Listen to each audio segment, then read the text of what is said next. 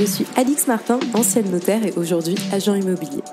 Bienvenue sur Bientôt chez moi, le podcast qui simplifie l'immobilier. Que vous soyez vendeur en recherche d'un bien ou que le sujet vous intéresse, vous êtes au bon endroit.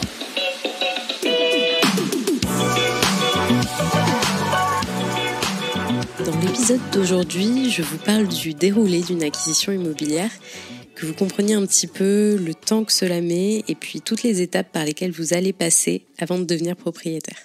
Si vous m'écoutez aujourd'hui, c'est que ce projet mûrit certainement dans votre tête ou que vous vous dites que ça va peut-être arriver dans un futur proche.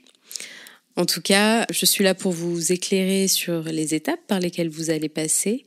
C'est tout à fait normal de se sentir un petit peu perdu au tout début du projet. Tous mes clients qui arrivaient à l'étude notariale se posaient énormément de questions. Donc c'était mon travail de leur expliquer, de les rassurer.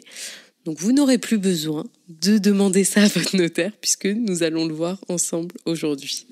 Vous pensez peut-être que la recherche du bien est la première étape. Eh bien non.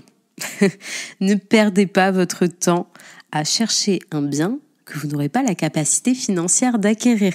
Ça paraît tout bête, dit comme ça, mais vous ne vous imaginez pas le nombre de personnes qui font des visites pour des biens qu'ils n'ont pas du tout la capacité d'acheter.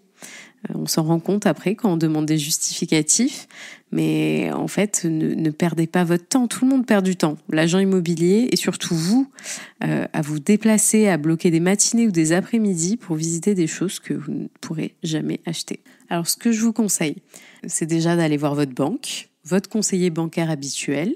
Il va certainement vous proposer des simulations de prêt. Et puis, ce que je peux aussi vous conseiller, c'est de faire appel à un courtier. Alors, le travail du courtier, c'est de vous trouver le prêt aux meilleures conditions. Mais ce qu'il va faire avant cette recherche, c'est une analyse patrimoniale complète. Et donc, c'est très intéressant parce qu'il va vous donner un chiffrage vraiment précis de votre capacité et ça vous servira afin de cibler vos recherches finalement. Une fois votre budget établi, vous allez pouvoir commencer votre recherche. Alors, je vous préviens, ça va être l'étape la plus longue et la plus laborieuse. Vous pouvez trouver le bien de vos rêves en 1 mois, comme chercher pendant 1 an, 2 ans, 3 ans. En fait, ça dépend de vos critères et puis de votre exigence, finalement. Ça peut être très long. Si vous n'aimez pas ce genre de tâches, ou si vous n'avez tout simplement pas le temps de faire ces recherches, eh bien, je vous conseille de vous faire assister par une agence immobilière ou bien par ce qu'on appelle un chasseur de biens via des mandats de recherche. Voilà, ça vous simplifiera la tâche.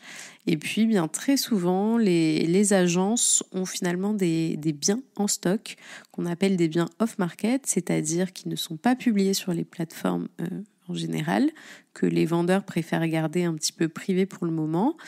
Et donc, ça, ce sont des biens exclusifs que les agences ont et qu'elles peuvent vous proposer si elles reçoivent un mandat de recherche de votre part. Donc, ça peut être intéressant parce que vous aurez accès à ces biens avant tout le monde.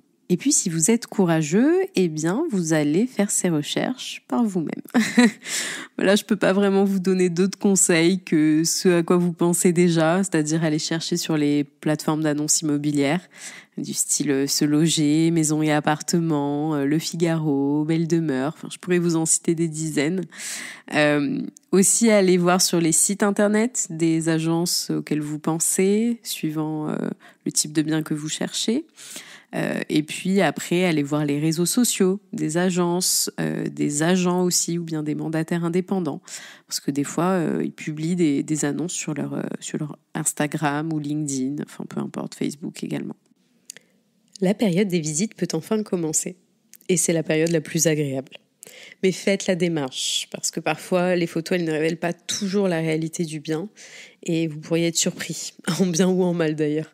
Mais vous pourriez vous sentir bien dans un endroit que vous avez hésité à visiter. Je peux simplement vous conseiller, lors de la visite, de poser le plus de questions possible à l'agent immobilier et au propriétaire s'il est présent. Prêtez aussi attention aux fissures, aux murs, au sol, aux équipements, à tout. Des études ont montré qu'un coup de cœur pour un bien se joue dans les premières minutes de la visite. Mais veillez à ne pas être influencé par votre coup de cœur. Restez critique et réaliste sur le bien. Ça y est, vous avez trouvé votre bien, vous avez votre coup de cœur, vous savez de quelle maison vous voulez devenir propriétaire. Et c'est là que les tâches administratives commencent. Mais ne paniquez pas. Nous allons voir ensemble les étapes auxquelles vous allez faire face jusqu'à devenir propriétaire pour que vous sentiez un petit peu moins perdu le jour où ça arrivera. Alors la toute première étape, c'est de rédiger une offre d'achat. Et pour ça, vous allez vous faire accompagner de votre agent immobilier pour la rédaction. Il est très très important de se poser sur l'ensemble des conditions à indiquer dans cette offre. Alors déjà, évidemment, le prix que vous allez proposer au vendeur pour acheter son bien. Soit c'est une offre au prix et dans ce cas-là, il n'y a pas de discussion particulière possible. Ou alors, si vous proposez un prix inférieur, eh bien là, on va partir en négociation avec le vendeur. Et certaines de vos conditions vont peut-être l'amener à accepter ou pas le prix que vous proposez. Avez-vous besoin d'un prêt ? Son montant ? Son taux? Avez-vous besoin de vendre un bien pour financer celui-ci? Avez-vous déjà signé un compromis de vente pour la vente de ce fameux bien? Est-ce que vous souhaitez faire des travaux dans votre future maison qui va être financée par un prêt? En fait, tout ça, ce sont des questions qui se posent, qui doivent être posées dans l'offre parce que ça doit être discuté dès le départ avec le vendeur pour qu'il accepte ces conditions. Évidemment, une offre avec un prix un petit peu plus bas, mais qui est payé cash, c'est-à-dire sans prêt immobilier, sans condition de vente d'un bien, enfin sans aucune condition, bien évidemment que ça aura un petit peu plus de chances de passer auprès du vendeur. Mais tout ça, ça se discute et c'est aussi le rôle de l'agent immobilier. C'est aussi pour ça que c'est important de faire appel à un agent. Allez, votre offre a été acceptée par le vendeur. Super nouvelle, on n'est pas loin de la fin. En fait, c'est le début de la fin. Voilà, on va dire ça comme ça. Il est temps de passer chez le notaire. Je vais passer très rapidement sur les étapes suivantes, surtout toutes celles qui se passent chez le notaire, parce que les épisodes qui vont suivre seront des thèmes bien plus détaillés sur chacune de ces étapes.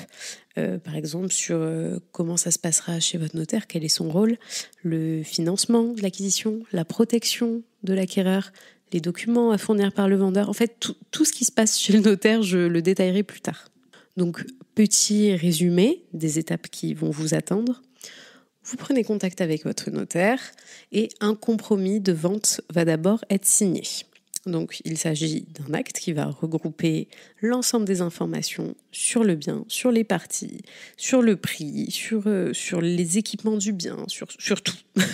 C'est 60 pages d'actes détaillés sur le bien et sur la transaction. Si vous avez recours à un prêt, ce sera le moment de faire appel à votre banque pour obtenir ce prêt. Si vous vendez une maison pour acheter, eh bien, il faudra que cette vente se fasse entre la signature de ce compromis et puis la vente définitive. En fait, toutes les conditions qui sont reprises dans le compromis de vente devront se réaliser pendant cette période jusqu'à la vente définitive.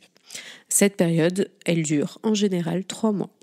Une fois que les conditions se sont réalisées, eh bien, il sera temps de prendre rendez-vous pour la signature de l'acte définitif de vente. Le matin même de ce jour de signature ou bien la veille au soir, vous allez effectuer un état des lieux du bien que vous allez acheter.